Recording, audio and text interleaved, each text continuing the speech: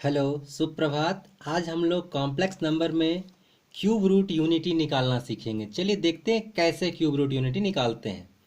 Late Z equal to 1 to the power 1/3। यहाँ ये जो 1/3 पावर है यही है क्यूब रूट यूनिटी। चलिए तो अब हम लोग क्या करते हैं, दोनों साइड टेकिंग क्यूब पावर ले लेते हैं। पावर 3 दोनों साइड लेते हैं तो जेड का पावर 3 हो गया और इसका पावर 3 लेने से 3 और वो पावर दोनों कैंसिल हो गया आपस में और ये मेरा सिर्फ 1 बन गया। ठीक है, चलिए अब इस 1 को दूसरे साइड ले गए तो Z cube minus 1 equal to 0 मिल गया हमें।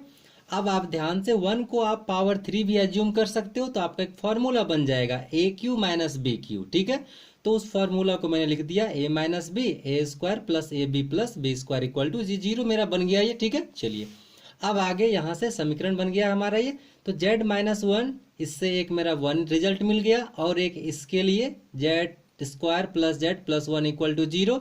इसको ये द्विघात समीकरण है आपका, इसको सॉल्व करना आप जानते हो।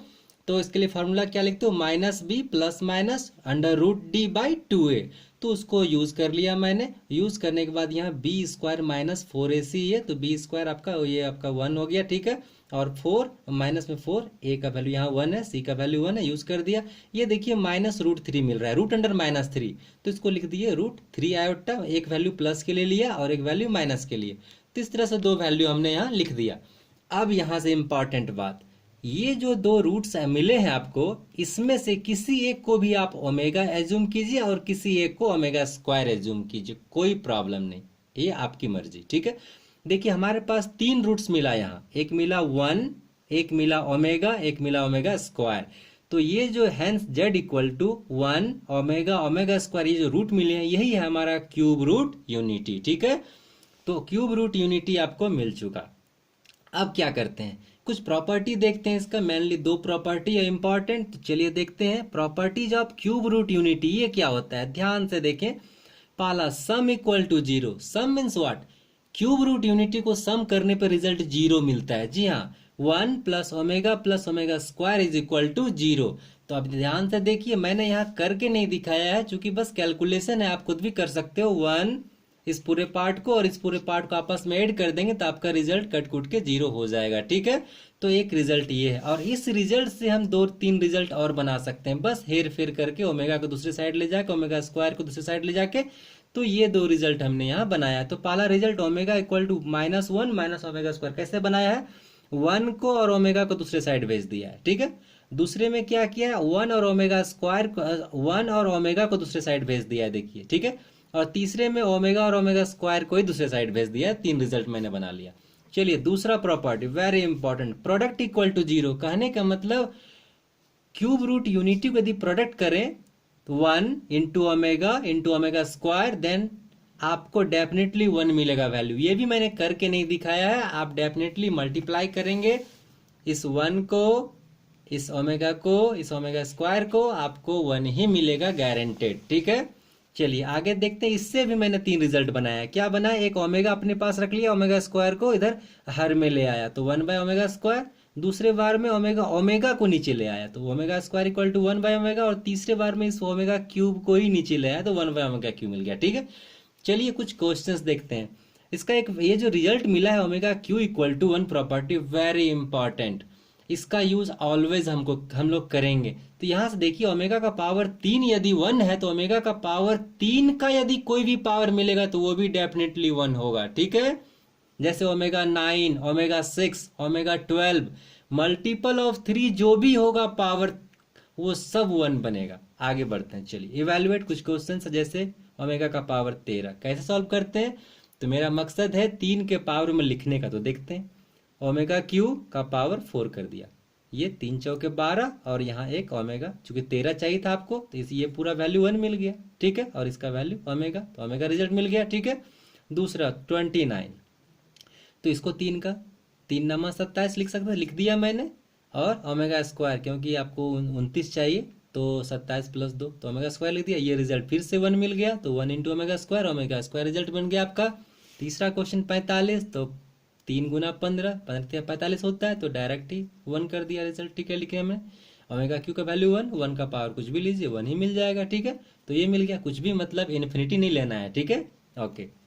खैर इन जनरली आगे हम लोग बढ़ते हैं। अच्छा एक रिजल्ट आपके लिए, अच्छा उससे पहले एक question D number, omega cube omega का पावर 4 ओमेगा का पावर 5, ये क्या मिलता है देखते चलिए। ओमेगा क्यू 1 ओमेगा 4 लिख सकते हैं, omega cube into omega, omega 5 क्या लिख सकते हो, omega cube into omega square. तो ध्यान से देखिए ओमेगा क्यू का फिर से 1, ओमेगा क्यू 1 तो मिल गया 1 omega omega square equal to 0। ठीक है, एक नॉट बहुत इंपॉर्टेंट, देखिए ये नोट क्या बताता है, ओमेगा का पावर यदि तीन टर्म कंजिक्यूटिव टर्म कोई तीन मिले और उसको प्लस के फॉर्मेट पे लिखे तो उसका वैल्यू डेफिनेटली 0 मिलेगा। Omega N plus 1 plus omega N plus 2 equal to 0। N यहाँ नेचुरल नंबर है आपका। ठीक है, जैसे एग्जांपल ले ले, ओमेगा का पावर 7 ओमेगा का पावर 8 प्लस ओमेगा का पावर 9 इज इक्वल टू 0। ठीक है, चलिए क्वेश्चन नंबर 22 में आते हैं, बहुत इंपॉर्टेंट है ये 22 नंबर मैंने क्वेश्चन इसलिए लिख के रखा है 21 क्योंकि ये लास्ट लेक्चर के अनुसार ये क्वेश्चन नंबर आपका बढ़ रहा है। ठीक है, चलिए आगे, तो इसके 3 क्वेश्चंस हैं तो 1 बाय 1 डिस्कस करते हैं। फर्स्ट वाले को, एक और इम्पॉर्टेंट ध्यान देने वाली बात आपके लिए कि इसमें बस 2 ही प्रॉपर्टी हमने देखा, एक देखा सम प्रॉपर्टी और एक देखा प्रोडक्ट प्रॉपर्टी। तो यदि क्वेश्चन सम और डिफरेंस के फॉर्मेट पे रहेगा तो डेफिनेटली उसी फॉर्म में आपका सम वाला प्रॉपर्टी यूज होगा कोई ना कोई एक, और यदि पावर 3 से ज्यादा है ओमेगा का तो उसे रिड्यूस करेंगे 3 के मल्टीपल पे हम लोग ले जाके। ठीक है, चलिए उससे पहले यहाँ एक बार फिर से हम लोग इस प्रॉपर्टी को देखते हैं। 1 plus omega omega square equal to 0 आप पहले देख चुके हो।